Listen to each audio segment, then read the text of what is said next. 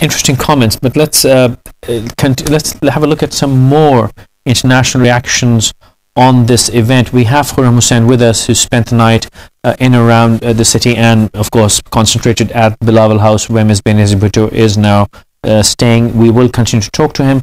Let's have a look at some more international reaction on the event. An unfortunate event has led to a reaction from the international community. In a statement, UN spokeswoman Michelle Montos said UN Secretary General Ban Ki-moon strongly condemns this terrorist attack and hopes that all political forces will act together to strengthen national unity. United States denounced the deadly attacks, saying that the blasts would not derail the upcoming elections. White House National Security spokesman Gordon Jondro said extremists will not be allowed to stop Pakistanis from electing their representatives through an open and democratic process. British Foreign Secretary David Miliband condemned the Karachi blasts as horrific and said that he shares the shock of the Pakistani community in the United Kingdom at the attacks.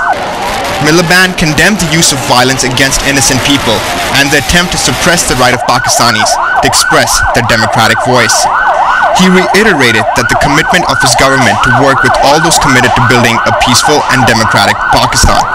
French President Nicolas Sarkozy condemned the attack and expressed his condolences to the families of the victims. He also called on Pakistani authorities to ensure safety of politicians in the run-up to the upcoming elections. Mohsin Abbas, Dawn News. It has been an unfortunate night, and it's been an unfortunate incident, loss of innocent and valuable life. Please keep sending us your SMSs. Let us know what you think, how you feel. The number is 6622 and the format is DBD space your message space name and location. Shortly we will be joined by our senior correspondent Mr. Mubashir Zaidi, who actually traveled with Ms. Benazir Bhutto from Dubai here.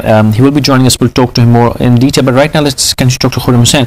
So Khurram, all this said and done, you were there about 5:30 in the morning, right? Something like that. Something like that, which is just about an hour and a half ago. What's the situation in Bilawal House now? Now that the whole city is cleared up, the procession's finished, but at Bilawal House, I assume they've taken over the whole area. They've taken over part of the property area. at least. Let me use what may perhaps be a slightly inappropriate metaphor here, but have you seen The Godfather?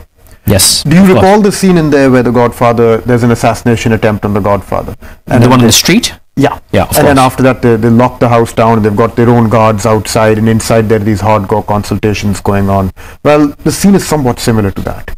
Okay. There are these guards standing outside with their own weapons, and you can clearly tell that there are hardcore consultations going on inside, because there was a stream of people coming and going, including police. There was, I counted about 6 police vehicles that went in at one point. 2 jeeps with tinted glasses, so you couldn't tell who's so inside. Higher officials, officials in all likelihood, and then an escort of mobiles with regular police officers in the back, including one of those, but then other vehicles of all varieties. So you could tell there's a strict security perimeter of trusted, loyal guards, and inside, hardcore consultations are going on. But they were very careful that not a single window is open through which one can find out what's going on inside. Do you think there is trust between the People's Party Bank and the police? Because interestingly, you mentioned, as you said, inappropriately, the Godfather. There, the police chief was not clean, and they had total lack of trust on the police chief. And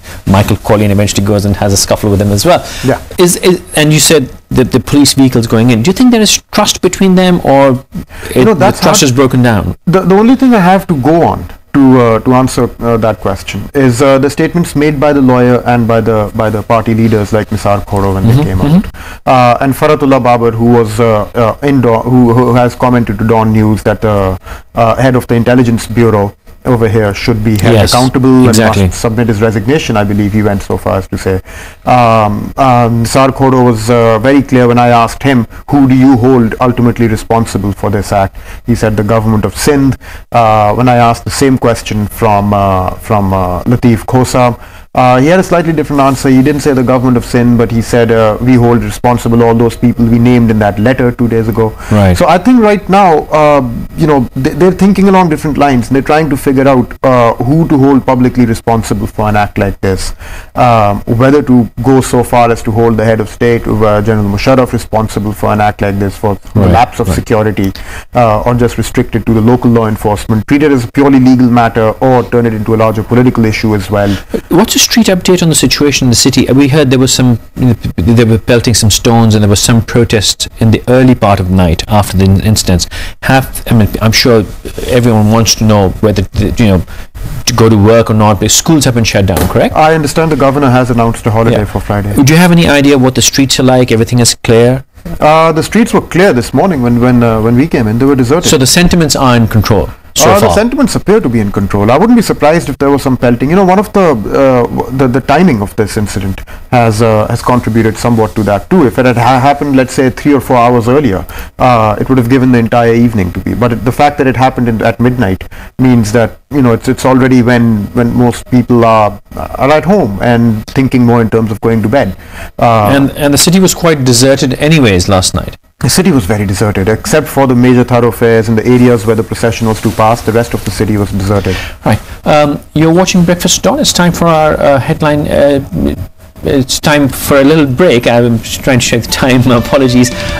Please stay with us. The SMS number is 6622 and the format is DBD space, your message space, name and location.